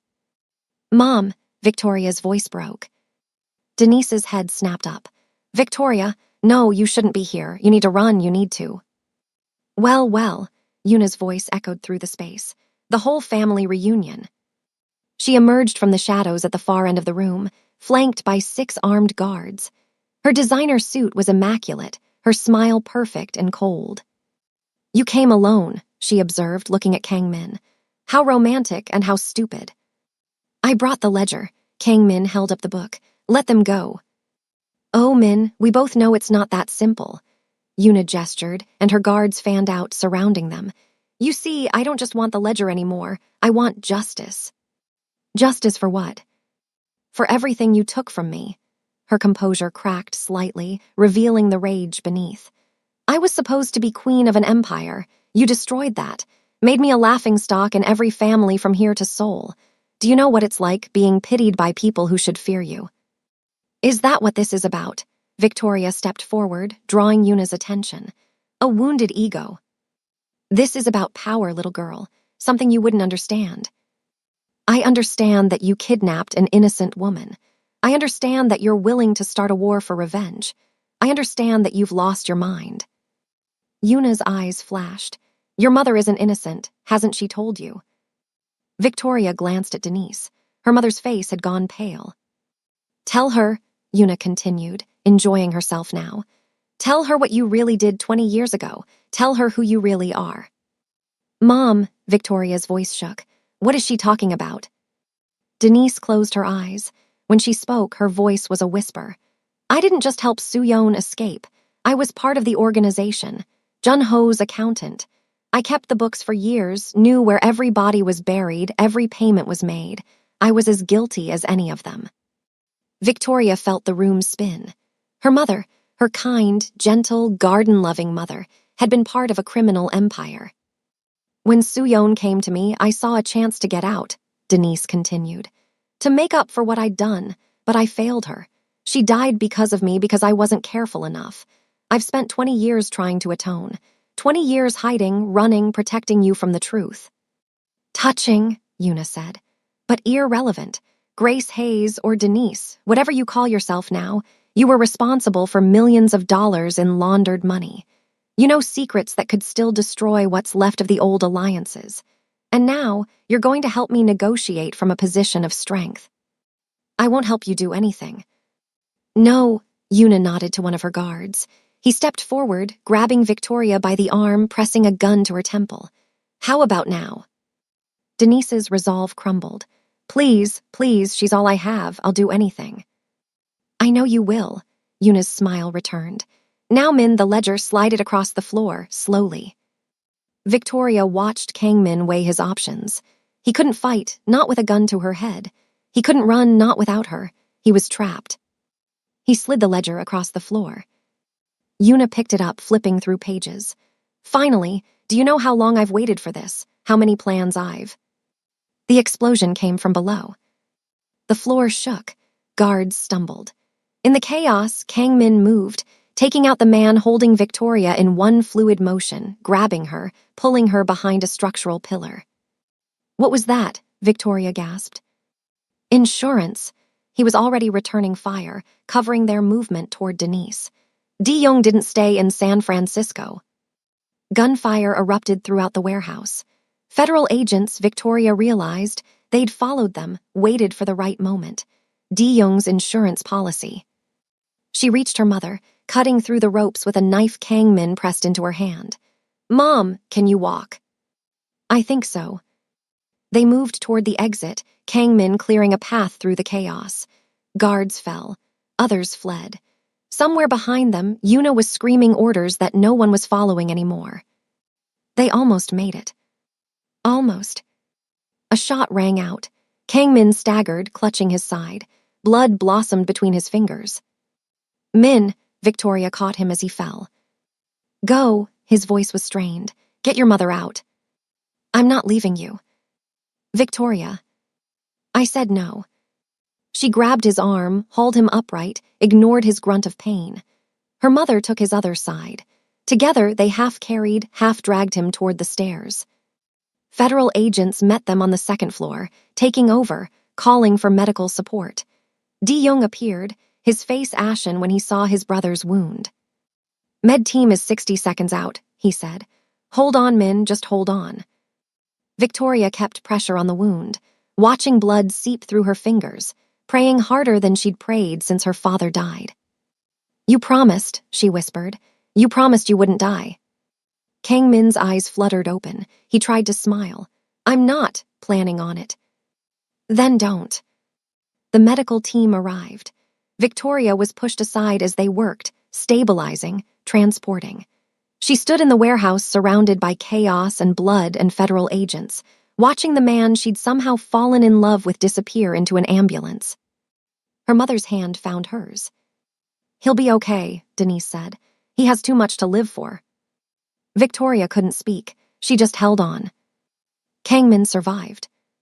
The bullet had missed his vital organs by centimeters, lodging in muscle and causing significant blood loss but no permanent damage. He spent 3 days in intensive care while Victoria barely slept, barely ate, rarely left the hospital. Yuna was captured in the warehouse raid. The ledger was recovered. Federal agents, coordinating with Di-young's information, launched simultaneous operations against all 5 families named in the documents. Dozens of arrests, millions of dollars in assets frozen. The largest organized crime takedown in American history. It was all over the news. Victoria watched from the hospital waiting room, seeing her nightmare transformed into headlines and breaking alerts. On the 4th day, Kang Min was moved to a private room. Victoria was there when he woke up. You look terrible, he said, his voice hoarse. You almost died. But I didn't, he reached for her hand, because someone told me not to. She laughed, a wet, broken sound that was half sob. That's not how medicine works. Worked for me. The door opened. Di-young entered, followed by Denise. The 4 of them looked at each other, strangers who had become family through fire and blood. The operation was a success, Di-young reported. Yuna is in federal custody. She's facing charges that will keep her in prison for the rest of her life. The Yakuza leaders named in the ledger have been indicted. The Park family is in chaos. The Kang syndicate, he paused, is effectively destroyed. And father, Kang Min asked. His immunity deal is being reviewed. He violated terms by coordinating with Yuna. At minimum, he's never getting out. At maximum, Di-young's jaw tightened. We have enough now to add new charges, murder, conspiracy, things the original deal didn't cover. Kang Min nodded slowly. Good. Victoria squeezed his hand. It's over. Almost. He looked at her mother. Mrs. Hayes, Denise, I owe you an apology for what my father did to your friend, for what my family put you through, for everything. Denise shook her head. You don't owe me anything. You brought my daughter back to me. You helped stop people I've been running from for 20 years.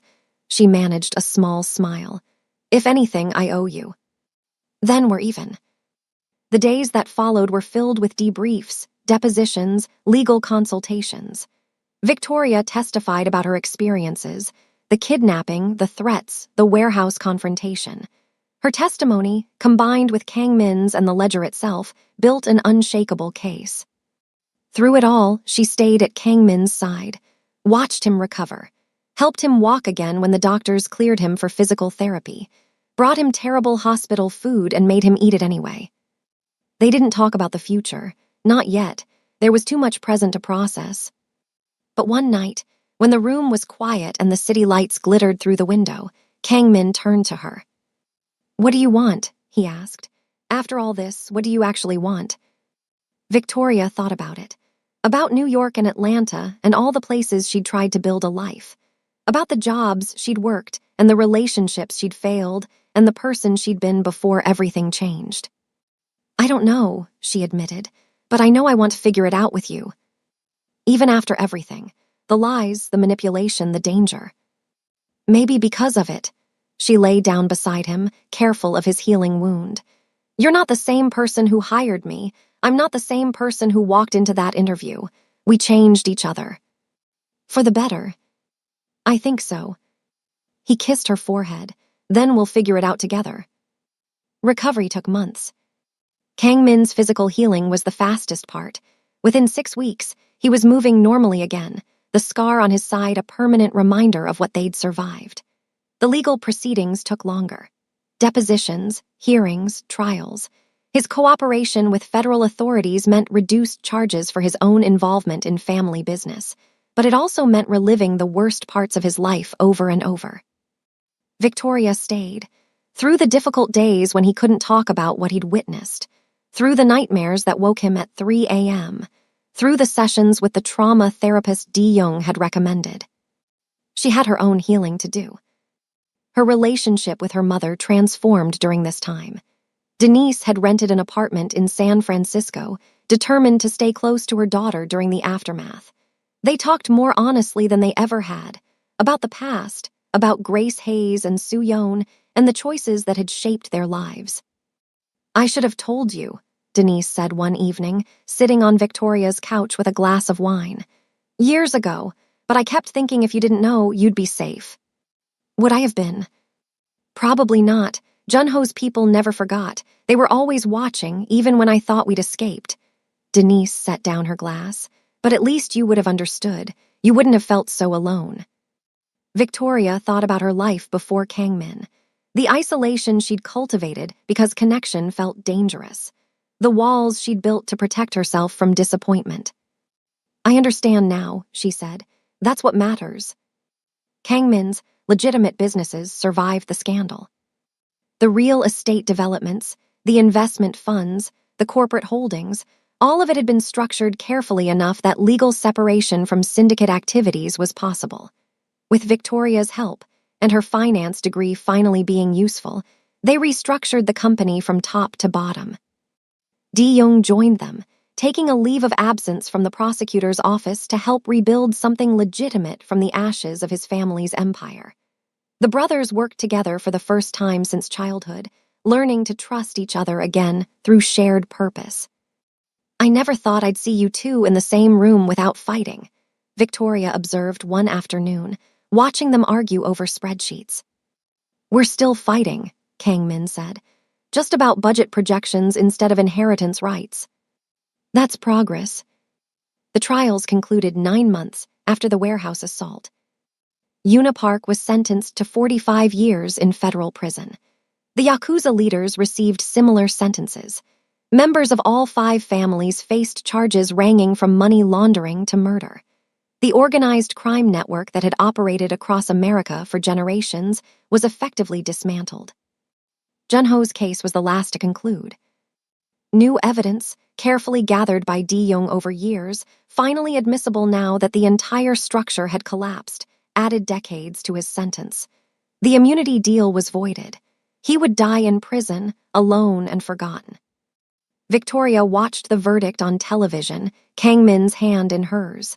When the judge pronounced the sentence, she felt something release in her chest.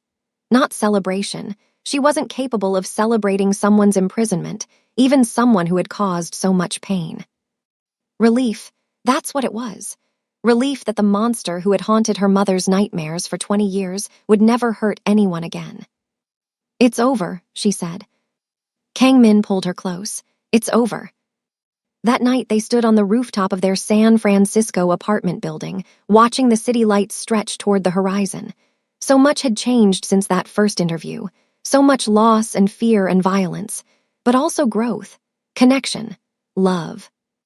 "I have something to ask you," Kang Min said. Victoria's heart stuttered. "What?" "Move in with me, officially. Not just because we're recovering from trauma or navigating legal proceedings. Move in with me because I can't imagine waking up without you." She laughed, surprised, delighted. That's not what I thought you were going to ask. What did you think I was going to ask? Something scarier. Is that a yes? She kissed him instead of answering. The city glittered below them. The future stretched ahead, uncertain but full of possibility. Yes, she said against his lips. Yes. 1 year later, Victoria's life looked nothing like she'd imagined. She was COO of Kang Development, the legitimate real estate company that had risen from the ashes of the syndicate. Their focus was on affordable housing, taking the skills and resources that had once been used for money laundering and redirecting them toward communities that needed investment. It was complicated work, morally ambiguous at times. The money still had shadows, but slowly, deliberately, they were building something clean. Kang Min had proposed 3 months after they moved in together. A quiet proposal, just the two of them on the rooftop where they'd had so many important conversations. No fanfare, no grand gestures, just a ring and a question and Victoria's immediate, tearful yes. The wedding was set for spring. Denise was heavily involved in the planning, delighted to have something joyful to focus on after so many years of fear. She'd become a permanent part of their lives, splitting time between Atlanta and San Francisco, slowly rebuilding the social connections she'd abandoned 2 decades ago. Di-young would serve as best man. He'd returned to the prosecutor's office, but their relationship had transformed. He and Kang Min had dinner every Sunday, slowly repairing what had been broken between them. Victoria was trying on wedding dresses when her phone rang. Unknown number. She almost ignored it, old instincts dying hard, but something made her answer. Victoria Hayes. The voice was female, professional. This is Agent Sarah Chen, FBI. We need to meet. It's about your mother. The wedding dress suddenly felt like a cage. Victoria met Agent Chen at a coffee shop in the financial district. The agent was young, serious, with the kind of focus that suggested she was used to delivering difficult news. Your mother has been contacted, Chen said, by someone claiming to have information about new threats against your family. What kind of threats? We don't know yet. The contact was made through encrypted channels, but the claims are specific enough that we're taking them seriously. Victoria thought about everything they'd survived, the kidnapping, the warehouse, the trials. She'd started to believe it was really over. Who's making the threats? We believe it's connected to remnants of the organizations that were dismantled. Not all members were captured. Some escaped, went into hiding. They've been quiet for a year, but our intelligence suggests they're reorganizing. Victoria called Kang Min from the car. I know, he said before she could speak. Chen's partner is here now. They want us to take precautions. What does that mean? Security details, surveillance, possibly relocation until the threat is assessed. His voice was tired. Just when I thought we were free. Are we canceling the wedding? No, his tone hardened. We're not letting these people take anything else from us. We get married, we live our lives, and we deal with whatever comes. Victoria smiled despite everything. I love you. I love you too. Now come home. We have planning to do. The security arrangements were extensive. Private guards, encrypted communications, background checks on anyone who came near them. It felt like going backward, returning to the paranoid existence Victoria had briefly escaped. But the wedding planning continued. Invitations went out. Vendors were hired. The ceremony would take place at a private estate in Napa Valley, away from the city, surrounded by vineyards and sunset views. 3 weeks before the wedding, the threats materialized. Not an attack, not yet, but photographs. Surveillance photos of Victoria, her mother, Kang Min, Di-young, all taken within the past month, all delivered to the FBI with a message. We haven't forgotten. We never will. Remnants of the Park family, Agent Chen reported. Yuna's cousins. They've been organizing overseas, building resources. They blame your family for the destruction of their empire. What do they want? Revenge, pure and simple. The days before the wedding became a blur of security briefings and contingency plans. The venue was secured. Guests were vetted. Escape routes were established. Victoria tried on her wedding dress for the final fitting and fought the urge to cry. "You don't have to do this," Denise said, watching her daughter's face in the mirror. "If it's too dangerous." "I spent my whole life letting fear make my decisions." Victoria straightened her spine, watching her reflection transform. "Not anymore. I'm getting married, and anyone who tries to stop me is going to regret it." The wedding day dawned clear and golden. The Napa Valley estate was beautiful, rolling hills, perfect weather, the kind of setting that belonged in a magazine. Security was invisible but omnipresent, agents disguised as waiters and guests, surveillance drones disguised as decorative elements. Victoria stood in the bridal suite, surrounded by flowers and soft light, and took a deep breath. Her mother appeared in the doorway. "It's time." "I know." Victoria looked at her reflection one last time. The dress was perfect, elegant, simple, nothing like the elaborate gowns she'd tried on, just her at her best. "Your father would be so proud," Denise said, her voice catching. "I know he would." They embraced, 20 years of secrets and lies and survival crystallizing into this moment. Mother and daughter, still standing despite everything. The ceremony was small, 50 guests, all carefully vetted. Di-young stood beside his brother at the altar. Victoria walked down the aisle alone, by choice, carrying herself with the strength she'd discovered over the past 2 years. Kangmin's face, when he saw her, was worth everything. "You're beautiful," he mouthed. She smiled. "I know." The officiant spoke about love and commitment and partnership. Victoria barely heard the words. She was too focused on the man in front of her, on the journey that had brought them here, on the impossibility of this moment ever existing. When it was time for vows, she spoke from the heart. "I took a job because I was desperate. I stayed because you saw me, really saw me, in a way no one else ever had. I fell in love with you not despite your darkness, but because you were fighting it, because you were trying to be better, because you kept your promise to a mother who loved you, even when it cost you everything." Kangmin's eyes glistened. "I promise to keep fighting with you," she continued, "to face whatever comes, to build something beautiful from the ashes of everything that tried to destroy us. I promise to love you, not because of our past, but because of our future." His vows were simpler, rougher. "I was dead before I met you, walking through a life I didn't want, trapped by a legacy I couldn't escape. You brought me back, you saved me, and I will spend every day of my life trying to deserve you." They exchanged rings, they kissed, the guests applauded. And for one perfect moment, the world was exactly as it should be. The reception was in full swing when the lights went out. Emergency power kicked in immediately, bathing the venue in dim red light. Guests murmured in confusion. Security agents reached for weapons. Victoria grabbed Kangmin's hand. "The tunnels. This way." They'd prepared for this. Escape routes memorized, contingency plans drilled. But as they moved toward the back of the venue, a figure stepped from the shadows. A man, Korean, young, maybe mid-20s. He held a gun, but it wasn't pointed at them. "I'm not here to hurt you," he said.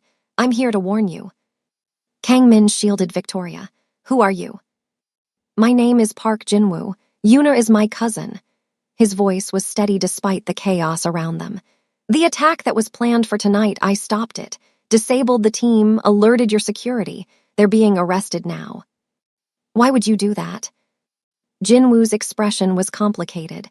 "Because I watched my family destroy itself. I watched Yuna become a monster, and I decided I didn't want to become one too." He holstered his weapon. "Consider this a wedding gift and a peace offering." Federal agents swarmed the area. Jinwoo surrendered without resistance, was led away for questioning. The lights came back on. Guests were reassured. The crisis was contained. But the reception was definitely over. Later, in their suite, Victoria and Kangmin sat in their wedding clothes, champagne going flat on the table. "Some party," she said. "Best one I've ever thrown." She laughed despite everything. "What do we do now?" "Now," he pulled her close. "We live our lives, we build our future, and we don't let anyone take this from us." "Can we really do that? Live normally?" "I don't know," he kissed her forehead. but I want to find out with you. The investigation revealed the full scope of the threat. Park Jin-woo's information led to arrests across 3 countries. The remnants of the organization that had targeted them were systematically dismantled. This time, there would be no survivors, no remnants waiting to resurface. Jin-woo himself became an unlikely ally. In exchange for his cooperation, he was offered witness protection and a reduced sentence. He chose instead to help, providing testimony, identifying operatives, ensuring the complete destruction of his family's criminal legacy.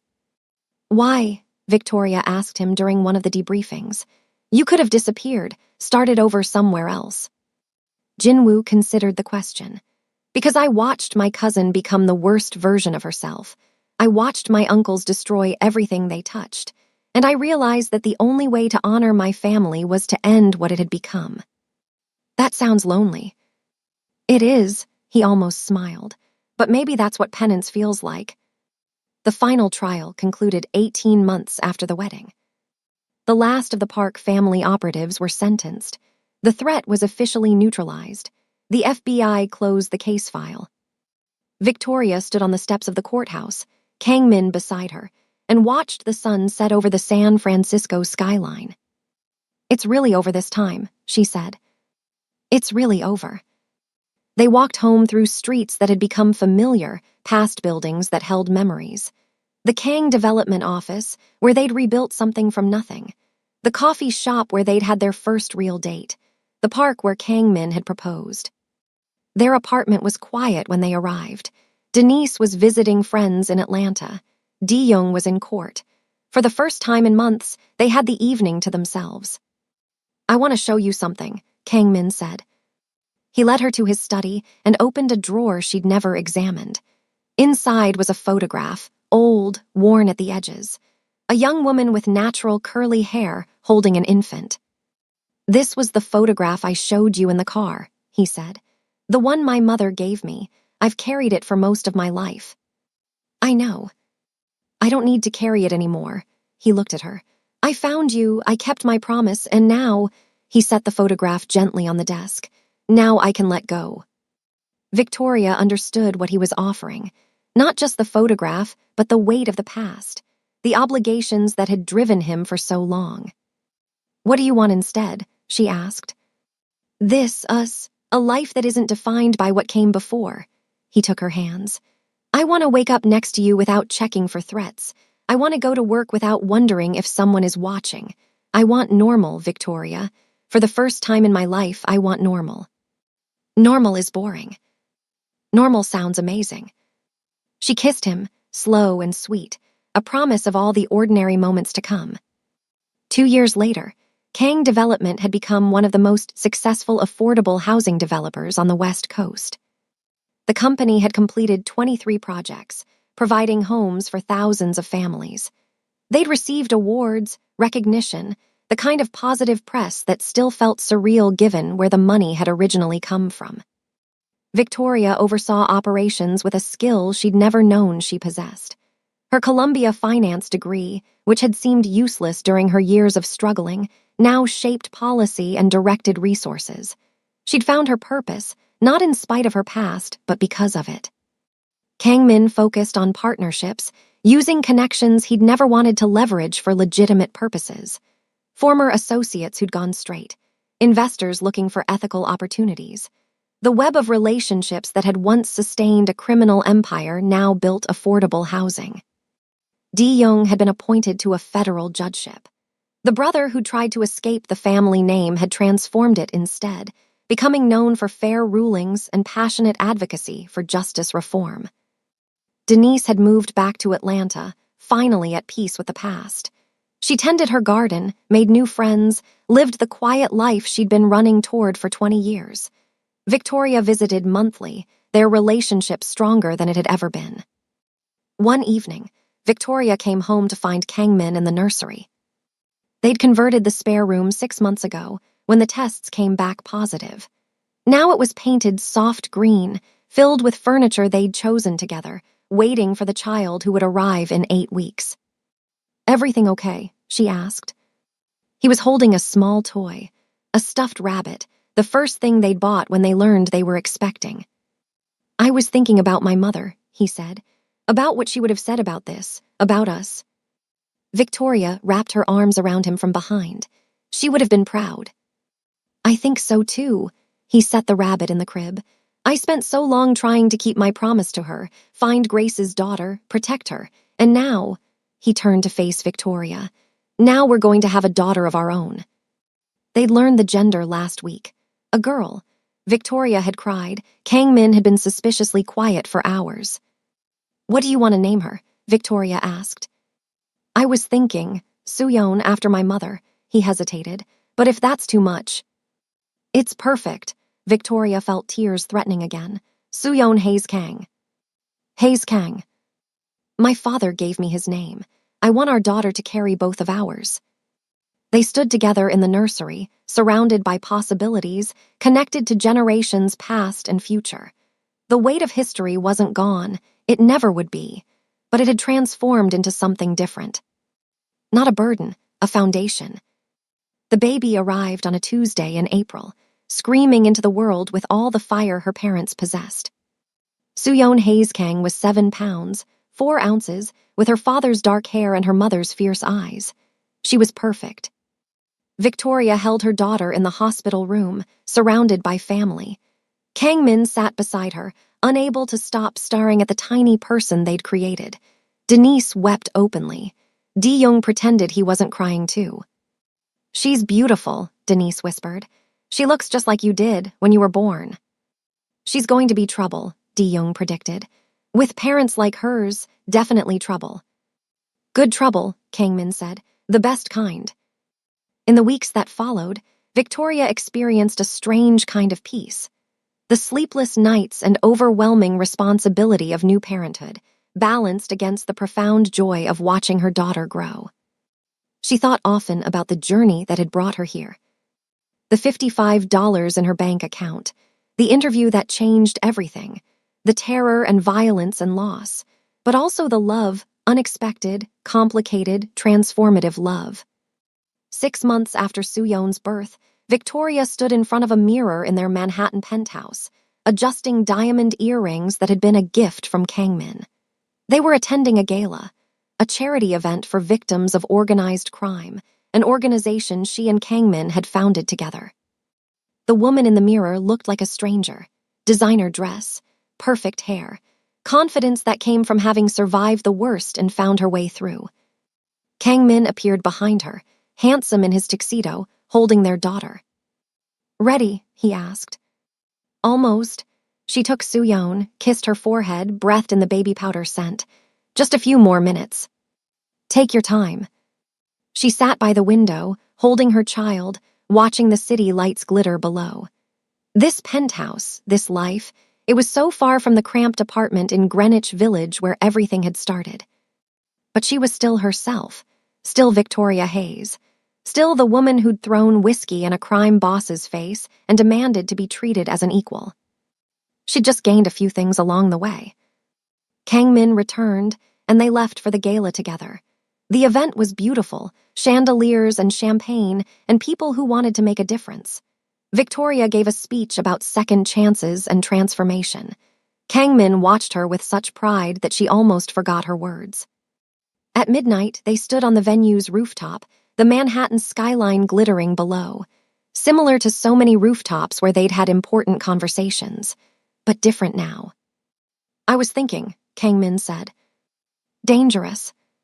He smiled. "I was thinking about how far we've come from that first interview, from you thinking I was going to kill you. You were terrifying." "I was trying to be." He took her hand. "I'm glad it didn't work." "Me too." They stood in comfortable silence, watching the city that had brought them together, destroyed them, rebuilt them. "What now?" Victoria asked. "We've won. The bad guys are in prison. We have a company, a daughter, a life. What's next?" Kang Min considered. "I don't know, but that's the point, isn't it? For the first time, we get to decide, no one else, just us." "That's terrifying." "I know," he pulled her close, "but we've done terrifying before." Victoria thought about the woman she'd been, desperate, alone, signing away her life for a chance at survival. She thought about everything she'd lost and everything she'd gained. "I love you," she said. Not for the first time, but it felt important to say it now, on this rooftop at this moment. "I love you too," he kissed her softly. "Now let's go home. Our daughter is probably driving the nanny crazy." They left the gala hand in hand, stepping into a future they'd built from chaos and courage. And somewhere, Victoria knew, two women who'd loved them were watching. Suyeon, who dreamed of freedom and paid for it with her life. Grace, who'd run for 20 years to give her daughter a chance. They'd both sacrificed everything for love. Now their children had found each other, made peace with the past, and created something new. That was their legacy, not the violence, not the fear. The love that survived.